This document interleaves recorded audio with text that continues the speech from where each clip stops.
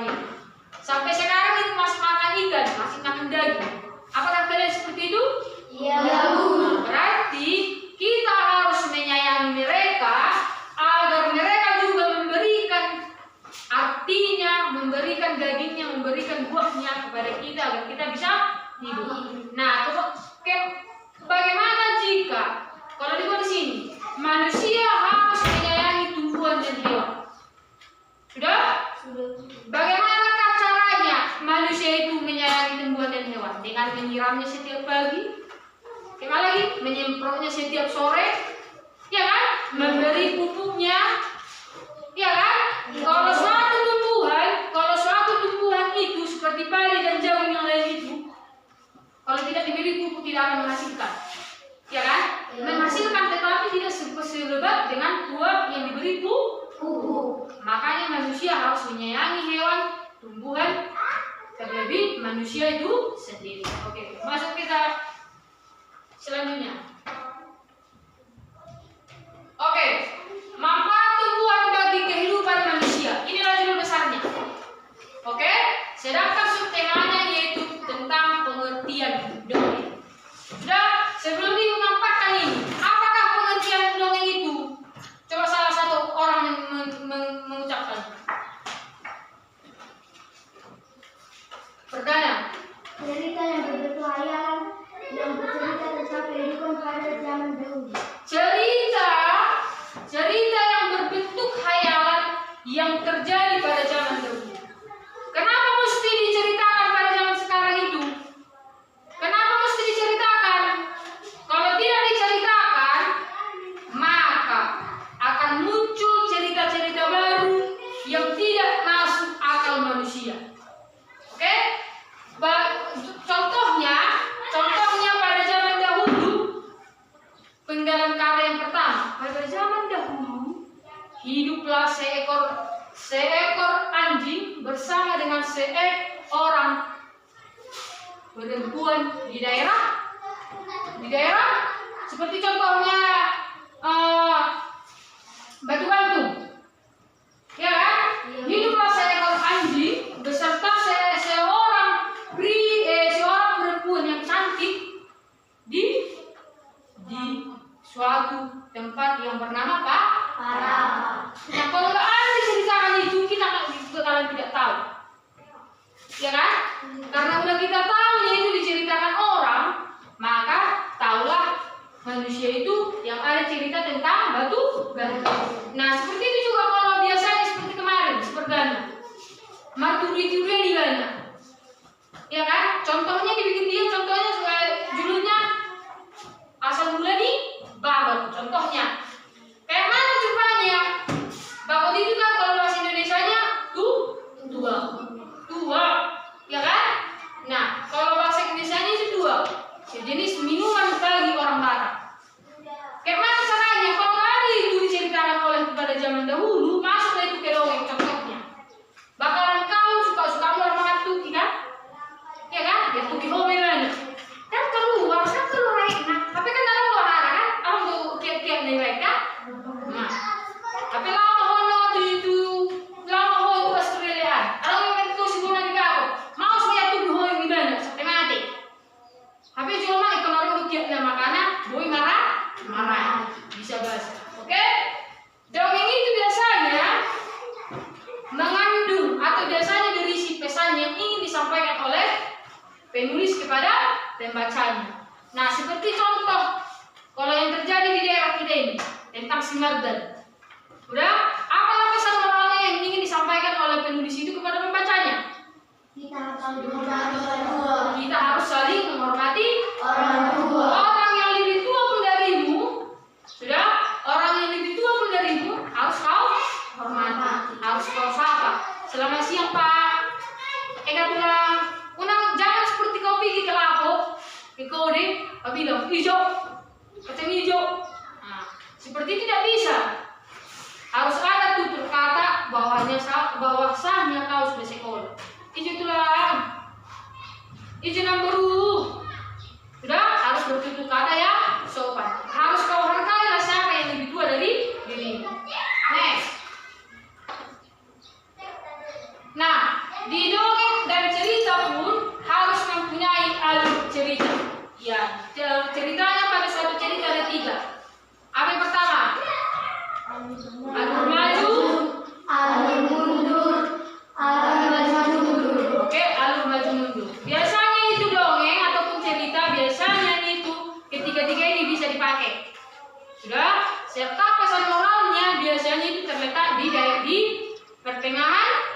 cerita. Kalau tidak di awal, kalau nggak di awal. Makanya kalau membaca cerita itu harus kita baca semuanya. Sudah? Seperti ada contohnya di buku itu. Apa judulnya di situ? Apa contoh dongeng yang ada pada buku itu?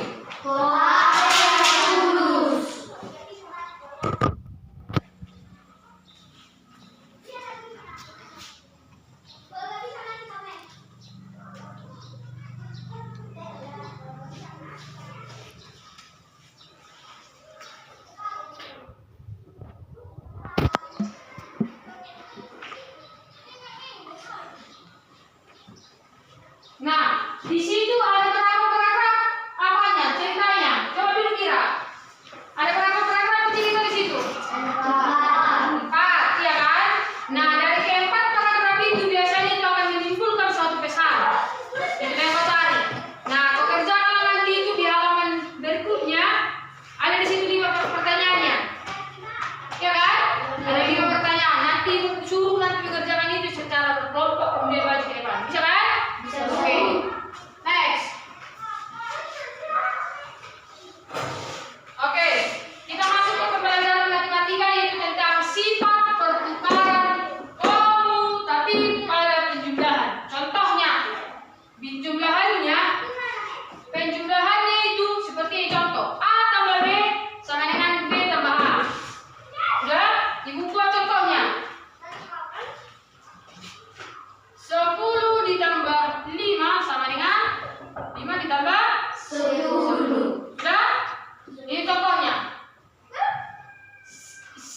Bilangan itu kalau tidak seperti ini ditambahin 15 sama dengan 10 ditambah 5 sama dengan 5 ditambah 10. Oke?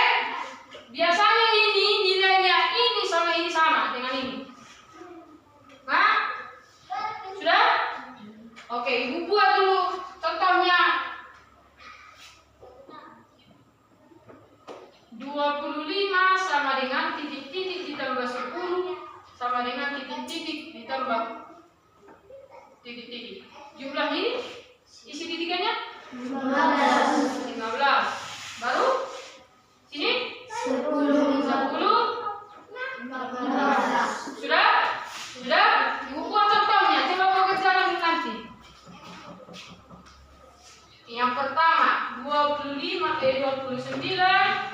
sama dengan titik-titik ditambah titik-titik sama dengan titik-titik tambah titik-titik. Sudah? 45 titik tambah titik-titik sama dengan titik-titik tambah titik-titik. 63 sama dengan titik-titik tambah titik-titik sama dengan titik-titik tambah titik-titik. Sudah? 40 sama dengan titik-titik tambah titik-titik. Oke. 26 sama dengan titik tambah titik-titik. Oke. Itu kau kerjakan nanti. Sudah? Kau kerjakan nanti di PR-mu. Kemudian nanti selain kerja kelompok itu tadi. Next. Oke, ini adalah tugasmu. Ayo amatilah contoh soal. Contohnya di buku ini. Udah, contoh soalnya ini yang kau kerjakan di buku PR-mu. Oke? Bisa kan? Itu sih kan? Berarti kalau soalnya cara pengerjaannya. Cara pengerjaan seperti ini. Ini adalah contoh soalnya. Sudah? Ingat apa yang tadi ibu bilang. A tambah B sama dengan B ditambah A. Kalau B itu sama dengan nilai B, A itu sama dengan nilai A. Hanya bertukar posisi saja. Oke, next. Oke, kita masuk ke kali 3. Pola irama dalam bunyi benda. Nah, apa sajalah benda yang menghasilkan bunyi. Contohnya, yang pertama adalah tangan. Ya kan? Kalau enggak, hentakan kaki. Sudah? Leher ini itu pun kau buat, kau gerak-gerakkan pasti menghasilkan bunyi. Coba gerak. Itu tidak? Ya kan? Ya kan? Nah, pola irama itu biasanya dia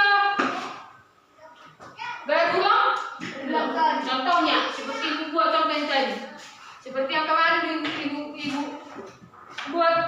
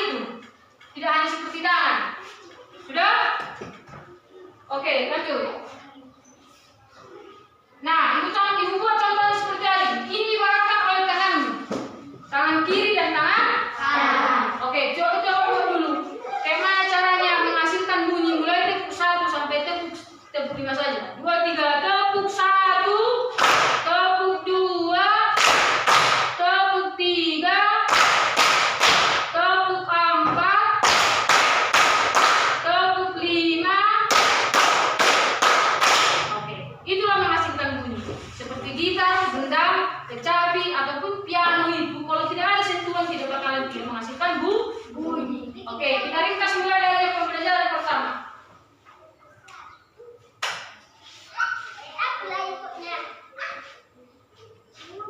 Oke, pembelajaran ringkasannya biar kau tahu nanti mengerjakan itu. Oke, judulnya menyayangi tumbuhan dan hewan. Sudah? Sedangkan untuk temanya yaitu tentang manfaat tumbuhan bagi kehidupan manusia. Lalu di bawahnya nanti pengertian dongeng. Dongeng itu apa artinya? Contohnya apa? Biasanya dongeng itu disajikan untuk apa? Sebagai biasanya menimbulkan, melahirkan sebuah pesan yang ingin disampaikan penulis kepada pembaca. Kemudian kita masuk nanti ke pembelajaran matematika yaitu tentang sifat komunitatif sebuah bilangan penjumlah. Contohnya itu 10 tambah 5 sama dengan 5 tambah 10, atau 15 sama dengan 10 ditambah 5 sama dengan 5 ditambah 10. Oke. Kemudian pada pembelajaran SPDP,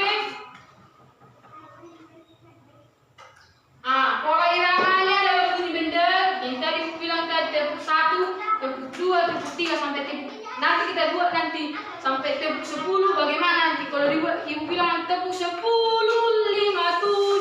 harus tahu. Dan makanya harus tahu gerakannya. Ibu buat tadi mulai dari yang pertama sampai yang ke-10.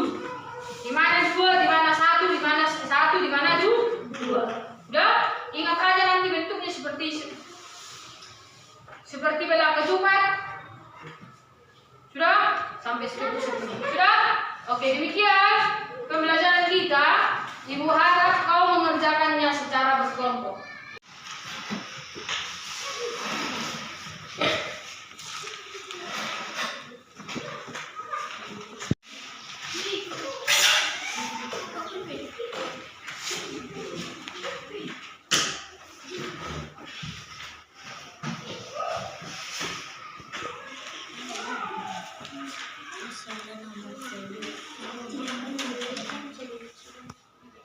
Hasil kelompok kami, kelompok Alena.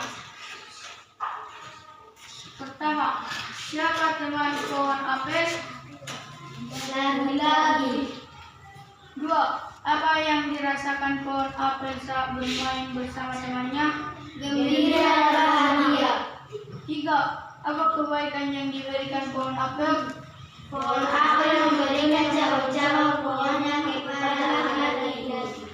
4. Mengapa pohon apel merasa kesepian dan sedih? Karena anak laki-laki itu pergi dan tak pernah kembali sejak saat itu. 5.